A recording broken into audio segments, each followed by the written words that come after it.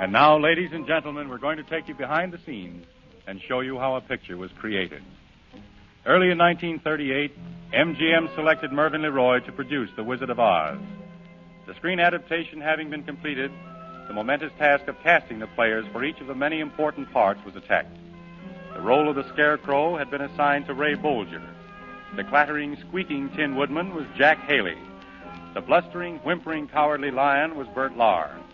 Glinda, the beautiful fairy queen, Billy Bert. But what of the wizard himself?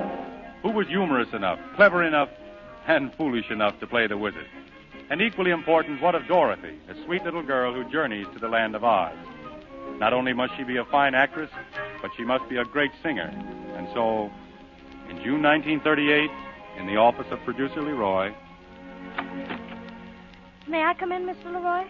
Judy, I'll say you may come in. I just called you at your house. Your mother said you're on your way to the studio. Oh, I just couldn't stay home. I was so nervous. Nervous? Why should you be nervous, Judy?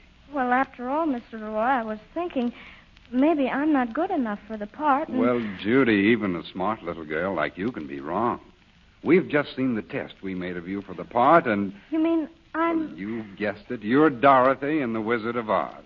Oh, Mr. LeRoy, it can't be true. I dreamed and hoped for a chance like this, but I never really thought I'd be so lucky. You're not lucky. We're the lucky ones. Oh, but, Mr. LeRoy, I just can't believe it. But if I do wake up and it's all true, I promise I'll work and study and do anything to make good. Spoken like the real trooper that you are, Judy. Well, I think I better go now. I mean, do you mind, will you excuse me if I run home and tell my mother the news?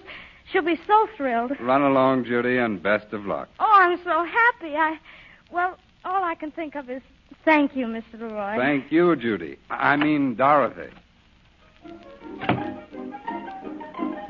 And so Judy Garland was selected to play the lovable Dorothy, the little girl who travels to the land of Oz and once there, despite its beauty, longs to return to the most desirable place on earth, home. Now, Metro had one more casting problem. Who could play the Wizard of Oz, that lovable humbug, that man with a power complex, in short, a delightful phony? The scene, the casting office on the MGM lot.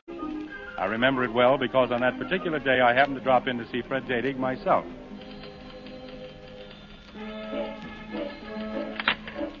Hello, casting office. Who? Oh, Ed Sullivan. No, they have decided who will play the wizard. We'll call you. Goodbye. Good morning, Mr. Young. Hello, Marcella. Say, why is the office so crowded? I haven't seen so many men packed into one room since I visited the SS Rex. Well, there's a call out today for the Wizard of Oz. They need someone to play the title role. Oh, I see. The boss has interviewed hundreds for the part in the last 2 months.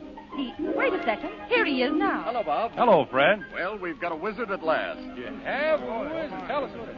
Gentlemen, I want to thank all of you for coming today. The studio has made a definite decision. The part of the Wizard of Oz is given to Frank Morgan. I demand a recount. Why, I'm a better actor than he is any day. The idea of giving a juicy part like that to such an incompetent loafer. Frank Morgan? Why, that's me. And so the casting of The Wizard of Oz is complete. And then comes the news that rehearsals are to start. For this picture, unlike other pictures, required months of extensive rehearsals before even a foot of film was shot. The scene, a rehearsal stage where the director has been working with the Cowardly Lion, played by Bert Lahr. Who's a Cowardly Lion? Why, I can lick anybody half my size. The bigger they are, the harder I fall. No, Bert, I don't think that your mood conveys enough courage. Now, remember, you're a braggart. I gotcha. Why, I'll tear apart the toughest lion in town. I'll lick my weight in lioness potatoes. Come on, put 'em up. Oh, running away, eh? I'll show you. There, take that. How do you like that guy? Knocked himself out again. And The Wizard of Oz, being more than just a picturization of the book, was to be an enchanting musical operetta. And so E.Y. Harburg and Harold Arlen were assigned the task of writing the music and lyrics. For long weeks, Harburg and Arlen worked until the day that their score was completed. And then, in the penthouse overlooking the studio lot where the composers lived, with their piano. Hello, Hello, Mr. Harbert. Hello, Mr. Island. Hello, Judy. We've been waiting for you. Judy, we've just finished writing one of the songs you're to sing in The Wizard of Oz. And no one's heard it yet. So we've got our fingers crossed. Oh, I can hardly wait. Will you play it now? Just sit you here, Judy. Lend us your ears. You actually mean I'm going to be the first one to hear this? That's right. But I hope you're not the last one that's going to hear it. Now, this song is the theme of the entire picture. You're the little girl in Kansas. That unhappy little girl who's always yearning to be somewhere else but home. Oh, but I like my home. We don't mean your home in Bel Air, Judy. We mean the home in the picture.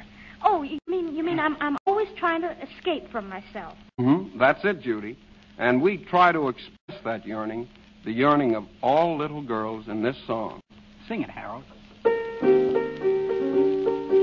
Listen, Judy. Somewhere over the rainbow, way up high, there's a land that I heard of once in a lullaby.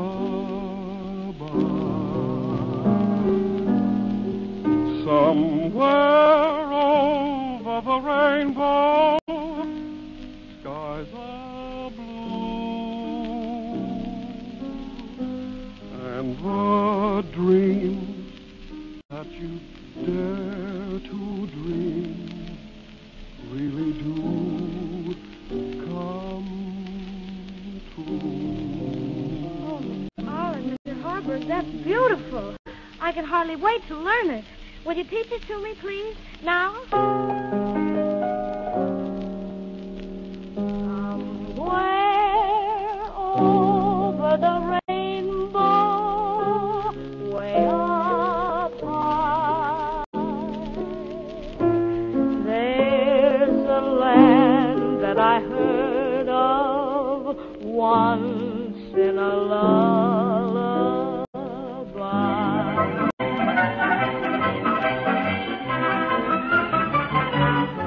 And on another rehearsal stage, Bobby Connolly, ace director of dancers, is rehearsing 150 of the world's smallest people who play the part of the fantastic Munchkins in Munchkinland. All right now, everybody on the mark. Let's make this rehearsal a good one. Now remember, as you dance, you've got to sing. And you're happy because the wicked old witch of the East is no more. Ready? Ding dong, the wicked man.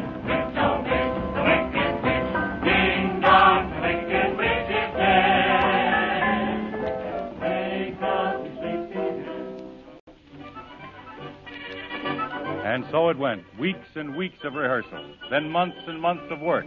Work in which over 7,000 people all took a hand. Until finally that certain night came. The night when Mervyn LeRoy was to take the first complete print of the picture out for a sneak preview to get the audience reaction.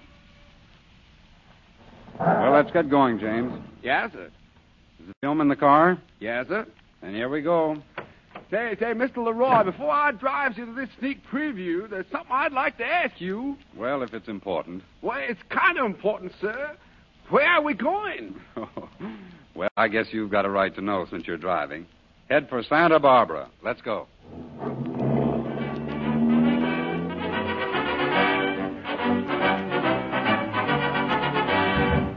Ladies and gentlemen, I've been managing this theater for many years. Hundreds of important films have been previewed here. But tonight we present a sneak preview of a picture I know everybody's been waiting to see. For the first time on the screen of any theater, MGM's Technicolor production of The Wizard of Oz.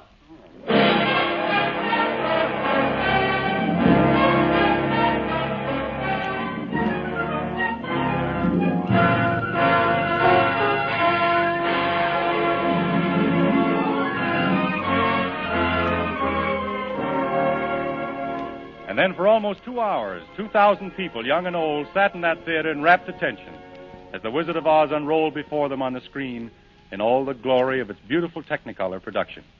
When it was over, the cheers and applause of the audience were deafening.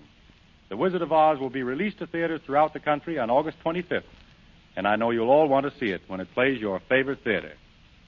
Now, in just a few moments, all of you will become guests at the big studio party, which is being held this evening in honor of the Wizard of Oz cast, where you Maxwell House friends will hear for the first time on the air a special preview of music and meet the famous characters in the Wizard of Oz.